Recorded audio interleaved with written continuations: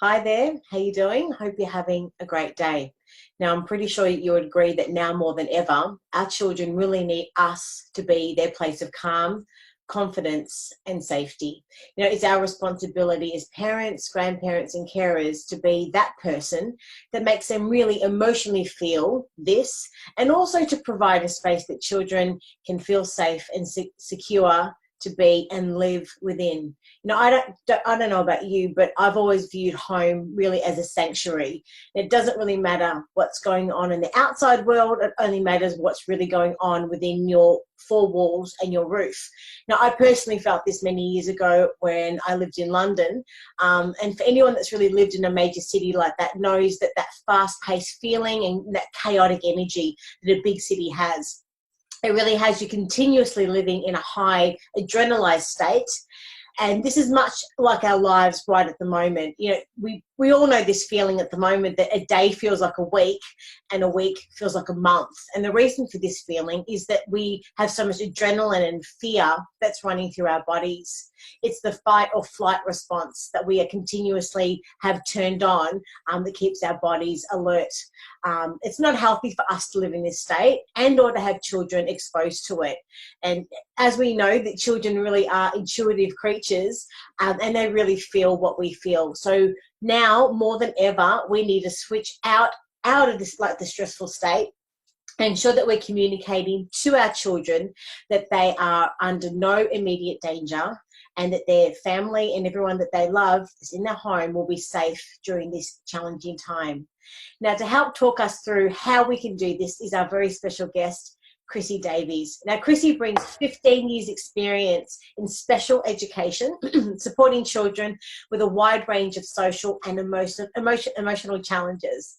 Now, she's hailed as the Child Charmer, and Chrissie Davies brings a heart-centered approach to all of her services and believes that understanding the causes of challenging behaviour is a first step to making lasting change.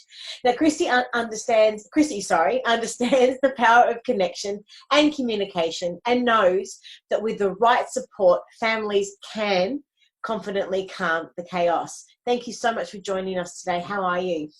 I'm good. Thank you so much. Don't you love that nickname, the Child Charmer? I know. Where did you get that? Some of my clients, first it was the Parent Whisperer, and then it was moved to the Child Charmer, which I actually love. And I guess it's one of those things, Rach, when you spend as much time around children as me, they start to rub off on you. You know what I mean? And so over that, incredible career that I've had working with children and families, I've just got a really unique and amazing insight into how children's brains work, how they operate, how to get the best from them. And that now is really the core of my work, is that I just want to share all of those skills and that knowledge with as many families as I can so that they can view their children through the same lens as me. Yes, that's brilliant. Well, we've got heaps to talk about today. To begin with, we published your article titled Within These Four Walls. So for someone who hasn't read the article, can you give us a little bit of an overview of what it's about and just what inspired you to write it? Yeah, of course. I obviously kept seeing out in the media, everybody freaking out about everything that's happening, and especially parents in particular worrying about homeschooling their children. The schools closing and all that sort of stuff led to a lot of fear for a lot of families. And as somebody who's worked from home for a long time, and an experienced educator, I guess I just did not have the same sense of fear, because I already had my head around a lot of that sort of stuff. But, I understand that that's really foreign to a lot of people. And so that's what really inspired me to write the article, is I really want people to know you already have the skills. You already know what your children need. You just have to recognise it. Yes. Well, let's get stuck into the questions, because I think everything else will be covered as a result of the answers you're going to give us. So number one, in your article, you talk about a honeymoon period for our children. Can you explain further? Absolutely. So the honeymoon period is obviously, we talk about when we go on the honeymoon, it's all lovey-dovey and happy days and cocktails on the beach, but then the reality sets in once you actually live with somebody 24/7. We see it a lot with young children when a new sibling comes along, when there's any big changes made within families. Children generally go into what we call a honeymoon period.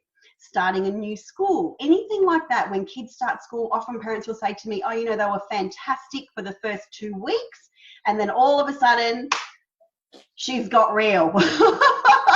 And then all of a sudden what happens with our children is once they, especially with all this stuff that's been happening, all of a sudden dad's working from home, you know, mum's not as available as she normally would be, or I'm not getting to see my friends, or I'm stuck at home with a sibling who I'm not used to being around all the time.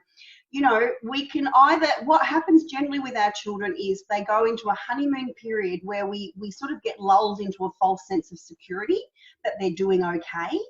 And then once they sort of realize, like especially with siblings, this baby ain't going anywhere, then we can start to see their behavior really unravel, because they feel safe, they feel secure enough for them to actually be their true selves. Mm-hmm. And, you know, it's one of the most backhanded compliments we can have as parents with our children. We get the worst from our children because we are the people that make them feel the safest. So children often hold behaviours in for other people in classrooms, you know, at kinder or wherever they are, when we're out with our friends and all that sort of stuff. And that's why we as families see the worst of our children's behaviour within the family home. And the most important thing to remember about that honeymoon period is to be prepared for it, yeah, and understand why it's happening. And what your children need at the end of that honeymoon period is stability and consistency. Okay. So how long generally do you think families would be experiencing a honeymoon period at the moment? I teach families about the 2-week rule. 2 weeks is a pretty good amount of time for your children to understand that change is happening. It gives them time to understand that things are different, that we're moving in a different direction, or that things, and you talked a little bit about energy in your intro, and I am huge on energy and positive energy in the family home. Do not underestimate how much that impacts on our children's behaviour. It is phenomenal. So, you know, all of that sort of stuff, I think sometimes we have our expectations on our children are that they should just get it straight away, and that they should just understand, okay, dad's working from home for how long, but they just don't work that way. Their brains don't allow them to think that far ahead, you know, they're not developed enough. And so we have to have a really good insight and education in understanding why that is. Mm-hmm. And the behaviours that they are likely to display as they're transitioning out of this honeymoon period, in your experience, do you think they're more likely to be characteristic to who they are, or uncharacteristic because we are in such a unique scenario? What's your thoughts on that? Well, I think what happens is we tend to see, like I put my hand up, my kids have been fighting non-stop. We've been at home for 7 days. And they have been fighting non-stop because they're not used to being around each other all the time. They're fighting over toys that haven't seen the light of day for 2 years. You know, all those sorts of really what I call minor but annoying behaviours start to come out in our children. And they really struggle because they don't have the skills to always know how to sort out those situations ourselves. But what I actually saw in my own children over the weekend was the shift. I started to see the shift in energy. I started to see them communicating better. I started to see them getting along. My hubby and I were more relaxed. We call it finding our groove, don't we? You know, we're sort of finding our new groove, and we're in temporary. But I think one of the things we need to think about is we don't know how long this is going to last for. So we're also creating a new sense of safety, I suppose, and environment and experience for our children, without really knowing how long it's going to last for. And no one's got a textbook on this. No one's been through it before. Everyone at the point is we're just feeling our way through it. It's like, you know, absolutely. Parenthood, yeah. There's no manual, but it is a matter of just keeping up to date with, you know, expert information and advice, and speaking to experts like yourself to be able to assist us. But lots of other stuff to talk about. So let's get stuck into question number 2. Now, what advice do you have for families who are now trying to work from home for the very first time? Well, as somebody who has worked from home for 5 years, and my hubby works from home, and I know you do too, Rach, so there is no doubt about it. It is hard work to get much done with children around. That is just the reality, because they don't understand, young children in particular, they find the boundaries very, very difficult. So the more explicit we can make for them, the better. I would absolutely recommend, if you can and you have the space, to set up a temporary home office, even if that means moving your bed in the master bedroom so you can set up a desk in there that is away from the family living area, because it's very grey. It's still so interwoven. And you know, take it from me, when I can guarantee you, the minute my hubby and I both come down to our home office, we've got two beautiful little people following us, and you know, they just want to be wherever we are in the house. So setting up that clear space, I think, is incredibly important if you can do it. Another thing that I speak to families about, I remember a family that I worked with, the mum was a baker and she used to do all these beautiful home baked biscuits, and of course it was just in their kitchen. And so one of the things we implemented with that family, which was a very clear signal to her children, was a uniform. So she put on her apron, she put on her badge, she put on some things that identified to her children, mummy is working. Yes. You know, so such a simple thing for children to understand, but trust me, it makes sense, because children really respond well when they know the rules. They really respond well when they know what the expectations are, and having those really clear boundaries are really important for our kids. Yeah.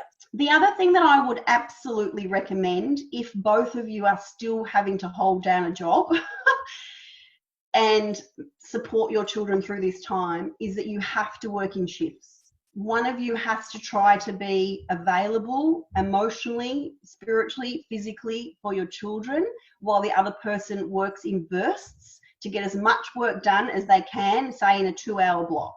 Yeah. And then we want to rotate if we can, because I know that's not always possible. And I know in some businesses, you know, people on call and all that sort of stuff. But the reality is, if one person stays down in the office constantly working while the other person, you know, sort of supports the children, eventually both of you are going to burn out.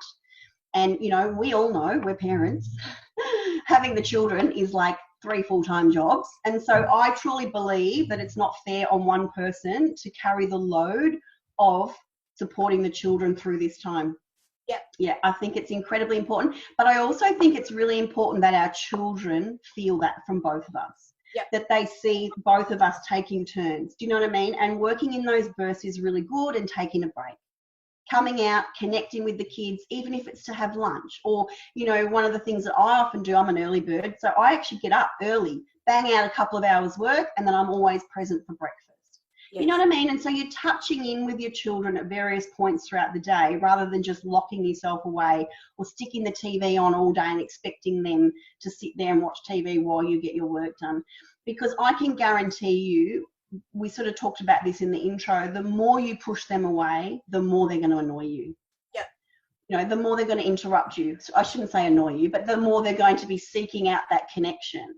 And so if we can try to schedule in those various touch points for our kids throughout the day, they're going to feel emotionally connected to us. They're going to still feel heard. They're still going to feel listened to, and that you're invested in them. You know what I mean? And so they're actually going to be happier to possibly, depending on the age, play a little bit more independently.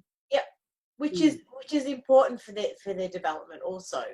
Absolutely. Developing their imagination, depending, as you said, on their age. So what I'm hearing is that it's important to be able to create a definite area within the home that is your work area, if you don't already have one.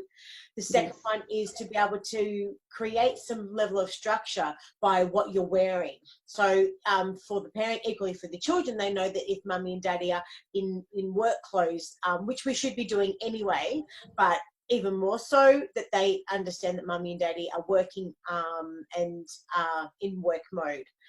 The third thing is, you had mentioned that the parent should be doing a tag team with shifts with regards to, so there's always a parent that is present, and to be able to swap and do that. So is there anything else that I missed? Well, no, I was just going to add on to that. I was going to say, because the reality is that I mean, we've spoken about this is a very unique situation we're in. We're not going to have to do this forever, but if we can try to remember that, you know, thinking that I always advocate for children and families, because if we want to go far in this isolation game, you know, we've got to be looking at the big picture. And if the reality is we end up like this for a few months, we have to have a real strategy around how we're approaching our family work life going forward, you know, over the next couple of months. And so I think that that's really important for our children to have a plan, that we have a plan that we're clear and confident about, because when we're clear and confident, they will respond so much better. Yeah, 100%. So let's get stuck into question number 3. You've titled the article "Within These Walls." What are some of the common challenges you see when working with families that occur within the family home? And what advice can you give to families to support them during this time when we're all stuck in isolation with no end in sight? Yeah, it is without a doubt. When I'm working with families one-to-one, you know, over the last 6 years I've been in my consulting business, 100% of children's behaviour is the worst in the family home, where they feel safe and secure with their trusted adults. And so the reality is we're going to be stuck at home. You know, normally, I know even with us, the kids get a bit hairy. We're like, right, let's get out and go to the park or run around at the oval or take the dog for a walk, you know, and all those sorts of things. And while we're actually still allowed to do exercise, we can't really engage in those activities to diffuse our children, you know, indefinitely. So we have to be thinking about other ways that we can provide our children with that structure and support whilst not leaving the house, right? Yeah. So the number one thing I want people to remember is that children have very limited capabilities to understand time. You know, we were joking about this, that we've only been in isolation for a week, yet it feels like a month. Can you imagine what that feels like for a child who really doesn't even understand what day it is yet? You know, young children in particular. And when I say young, I mean under 12. Yeah. People think when I say young, I mean 2 or 3. But if you know as much about the brain as me, you know that in terms of their development, they have got so far to go in understanding the world. And time especially is incredibly difficult for children. Yeah. So one of the things that I really, really encourage families to do, and I do this regardless of whether we're in isolation or it's the weekend or school holidays, is I always provide some kind of structure for my children. A loose structure, a loose plan. You know, in the last week, I'd been planning 3 activities a day that were manageable for my children. 1 in the morning, 1, you know, after lunchtime, then we do another one, and then we have snack, and then we do another one, and then they were sort of on their own. A bit of free play, a bit of downtime in there, you know, all those sorts of things that we can do as families. But we have to give them structure. If children just do not respond well when they are left to their own devices without any guidance, or support around what's expected of them and things that they can do or games that they can play, they find those things very, very challenging. And so the more we can support our kids with that structure, the better they will respond. Yes. We spoke about disconnection. And I know in this sort of time, it's really tempting to stick your kids on an iPad or put a movie on. Don't get me wrong, I'm not saying don't do that, but just be really mindful about how much you're allowing your children to engage in those activities. Yeah. Because while it might work in the moment, I can guarantee you the ramifications of that or the fallout of too much technology, I mean, there's so much research around this, is that it will increase the challenging behaviour long term. Yeah. So it's something just to be mindful of. Do you know what I mean? Because I think we fall very quickly into that habit with technology. Yeah. The other really interesting thing that I want to mention here that we as adults have to be really mindful of, especially when our children are displaying challenging behaviours, is to not turn on each other. One of the most common things I see in families is parents not agreeing on how to manage or support children's behaviours. And that's why education to me is so incredibly important, because when we've got a really good understanding of why kids do the things they do, where their behaviour is coming from, how developed their brains are, what they can actually understand conceptually, it makes the way that we respond much more positive. And when we learn that together, in particular, we're sort of on the same page with it. Yes. So I know, you know, and you will probably agree with this as well, you know, when the kids are a bit ratty and you're stressed or tired, the person that you tend to take it out on is your trusted adult, which is your partner. Yep. you know. And so then what happens is that we end up creating that tension and friction in our relationship, which means then that filters on down to our children as well and impacts on that energy for everybody. So I know it's not easy, but I think, you know, it's really important to remember that we are in this together. Yes. We have to be operating as a team more than ever. And having flexibility around that, I think, is incredibly important, and being fluid. Just because it worked one day doesn't mean it will work the next. And just because it looked like this on one day doesn't mean it has to be like that the next. Yeah. And being adaptable and changeable, which a lot of people find really difficult. Yes. In this time is when we are really going to be needing those skills as adults to be able to support our children and each other. Yep. From your point of view, what is, I guess, the most important thing that parents should be providing for their kids at the moment?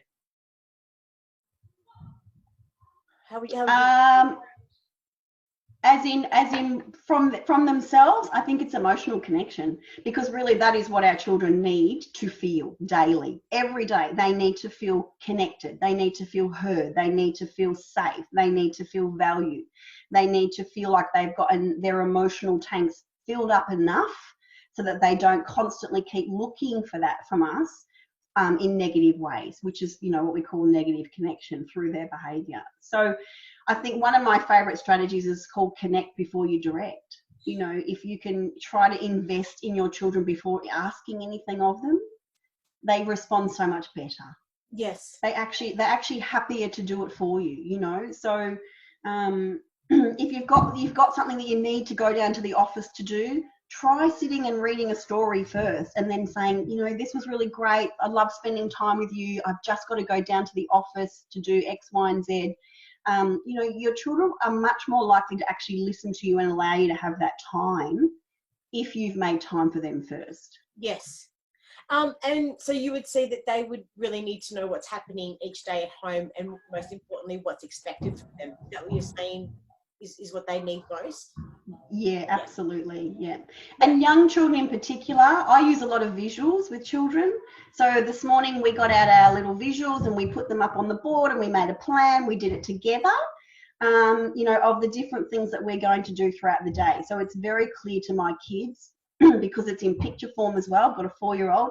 He can look at the board and be like, oh, great, we're doing balls, because there's a picture of a ball there. Do you know what I mean? So we want to make it as easy and as accessible to young children as we can, and give them some autonomy over that as well is incredibly important.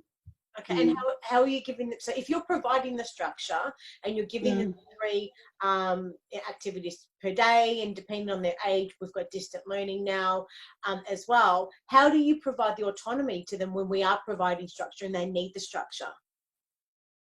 Well, so for example, I'm teaching families throughout this time as well through my online educational and behaviour support group to plan open-ended activities, which means any child of any age can engage in the activity. It's one activity, but it can be, you know, interpreted by a 12-year-old, a 4-year-old and a 1-year-old who can, you know, wiggle along on the ground if they're crawling yet, but because that's the only way we're going to get through this. Yep. You know, trying to come up with activities that our kids can all engage in at their own level. That's really important. So like with mine this morning, when I'm choosing the activities, even though I've got a sort of an idea about how I want it to go, I put them all out and I sort of say to the kids, okay, well, we could do this or we could do this. And if they go, yay, let's do that, I say, okay, let's do that. Do you know what I mean? And so they're much more likely to actually engage in the activity if they've chosen it themselves. Yep. So in your view, what final advice do you have for parents and carers at this time? I think it's really important to remember we can't do everything.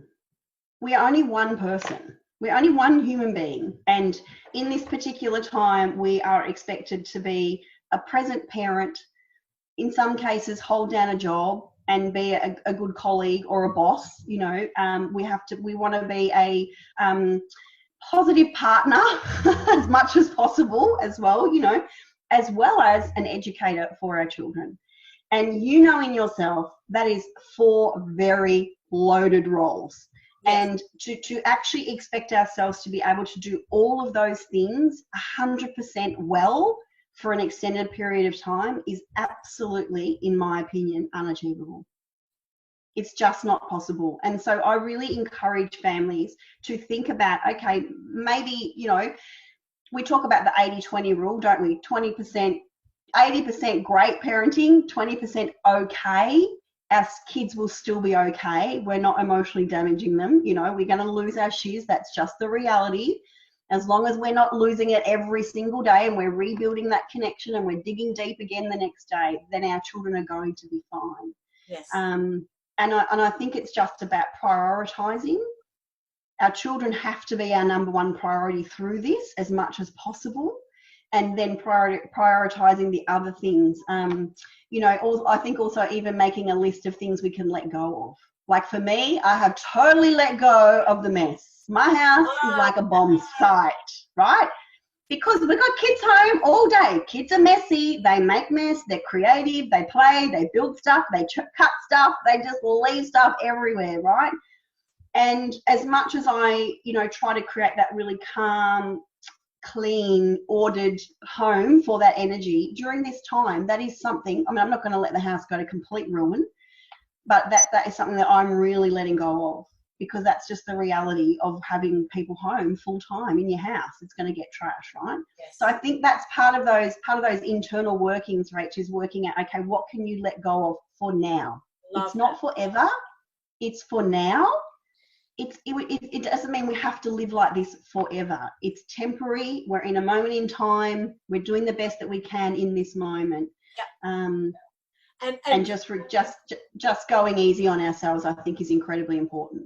Oh, 100% for parents just to trust in themselves. You know, at the end of the day, they've brought kids this far, and the chances are that really under their care and love, the children are going to absolutely thrive. But I think at this stage, it's more so, so it's something that's popped up on my screen. I've got one of my staff trying to actually get into something at the moment. But yeah, the children are going to thrive. Well, thank you so much for providing us with your strategies today. And I have absolutely no doubt that your insight, that parents are really going to work to be able to find that harmonious household for all the family members. I know if parents have got any questions for you, whereabouts can they find you? So I'm online. I hang out on Instagram, Chrissy Chaos to Come, and I've got a Facebook page as well. They're very different platforms, but you'll actually see me in real life more on Instagram. I've also got an incredible online course that people can access if they are having challenges around their children. I sort of touched on before, I've set up a homeschool behaviour support group just temporarily to give some people guidance and support. I'm just sharing in there all the things that I'm doing with my kids, and people are popping questions in about challenging behaviour that they're having. I sort of figure it's the least I can do during this time to help people get through this moment. And I guess it's one of those things too, I'm always really passionate about parents seeking out quality education around their children and understanding that they're not deliberately trying to drive us nuts. You know, and I think when we learn about them and how they operate, it just gives us a lot more empathy and guidance into how to respond to them. So yes, yeah, there's lots of different ways we can seek out education around our kids. And we've got the article, which we're going to have the link to, and have all the links at the bottom as well. So grateful for your time today, and I really hope we have an opportunity, whilst we're in this isolation state, that we have another opportunity for another chat in the coming weeks. Yeah, great. Thank you. Good luck, everyone. Thanks. Take care. Bye. Right.